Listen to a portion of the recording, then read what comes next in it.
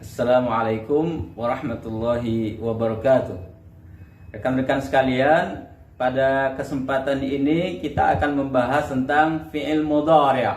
Fi'il mudhari' itu adalah fi'il atau kata kerja yang akan kita gunakan ketika kita berbicara tentang saat ini atau masa yang akan datang. Itu namanya fi'il mudhari'. Jadi dalam bahasa Arab, fi'il itu ada 3 macam. Pertama, fi'il madhi yang kita bahas sebelumnya untuk menceritakan sesuatu yang telah berlalu. Yang kedua adalah fi'il mudhari' untuk masa sekarang atau akan datang. Dan yang ketiga adalah fi'il amr untuk membuat perintah atau permintaan. Baik itu ke bawah, kalau ke bawah murni namanya perintah, kalau ke atas namanya doa. Jadi untuk berdoa kita juga menggunakan fi'il amr.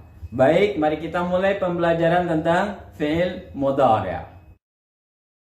Ini pembahasan tentang fi'il mudhari'.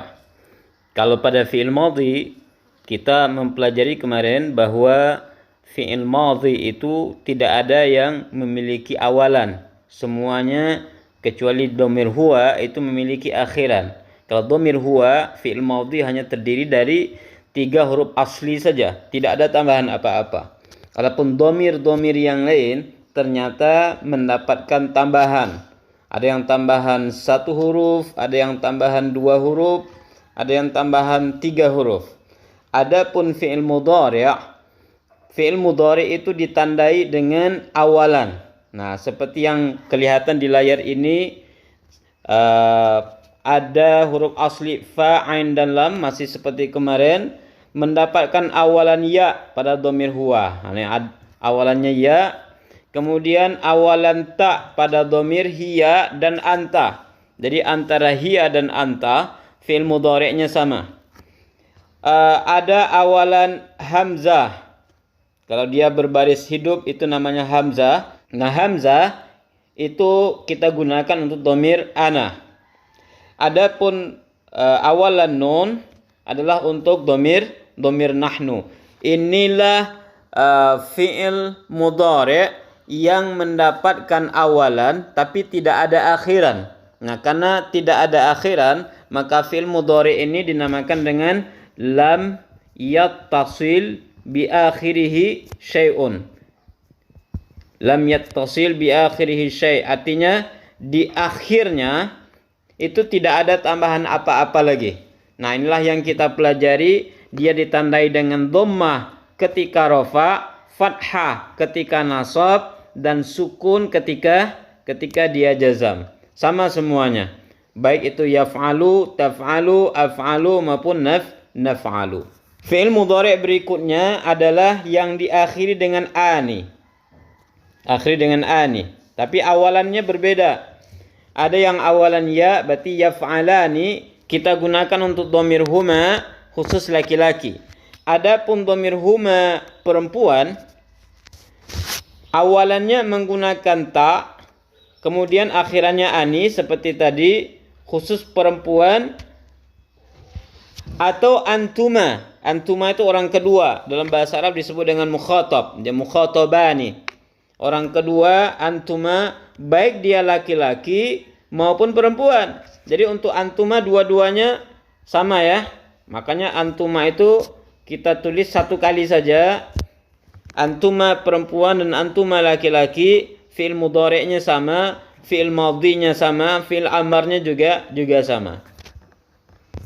Ada juga fi'il mudhari' yang diakhiri dengan una. Una dan ina. Nah, awalannya yang berbeda. Apabila awalannya ya, digunakan untuk hum, dhamir hum, yaf'aluna. Apabila awalannya ta, akhirannya una, maka itu digunakan untuk dhamir antum. Dan apabila akhirannya ina, akhiran ina, awalan ta, itu digunakan untuk dhamir anti.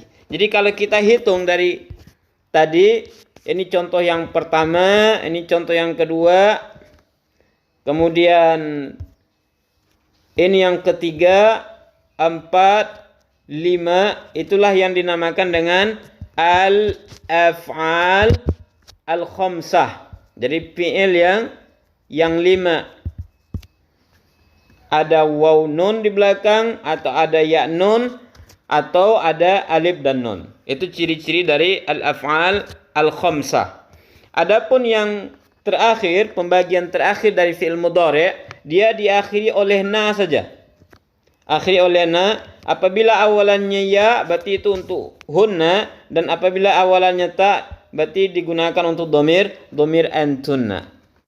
Kalau kita kembali ke pembagian awal dari fi'il mudhari', tadi dinamakan dengan lam yattasil bi akhirih syai'. Adapun pembagian kedua dinamakan dengan al-af'al al-khamsah. Maka bagian ketiga dari fi'il mudhari' ini adalah fi'il mudhari' yang mabni atau dibina. Jadi tidak ada perubahan, makanya nanti kita tidak akan pernah menemukan baris yaf'alnu misalnya, tidak ada. Yaf'alni juga tidak ada. Kenapa? Karena fi'il mudhari' untuk dhamir hunna dan antunna ini adalah mabni. Nah, sama di sini tidak ada taf'alnu, tidak ada taf'alni. Selamanya dia akan berbaris di atas. Baris di atas huruf nunnya. Tapi yang kita lihat dalam binanya nanti huruf lam, karena huruf lam lah huruf terakhir asli. Huruf asli terakhir kan 3 huruf asli, fa, ain dan lam. Adapun huruf lamnya di sini sukun, berarti dia mabniyun ala sukun. Baik, rekan-rekan sekalian, yang kita maksud dengan mabni itu adalah kalimat bahasa Arab yang tidak bisa berubah-ubah. Adapun mu'rab, lawan dari mabni, maka dia bisa berubah. Kadang-kala dia dhammah, kadang-kala dia fathah, kadang-kala dia kasrah. Adapun mabni, dia akan tetap saja seperti itu. Nah, demikianlah pembelajaran kita untuk topik fi'il mudhari' pada hari ini. Insyaallah akan kita lanjutkan pada pembelajaran berikutnya. Jangan lupa latihan-latihan terus sehingga kita bisa menguasai setiap pembelajaran dengan baik dan enjoy untuk mengikuti pelajaran berikutnya. Terima kasih. Assalamualaikum warahmatullahi wabarakatuh.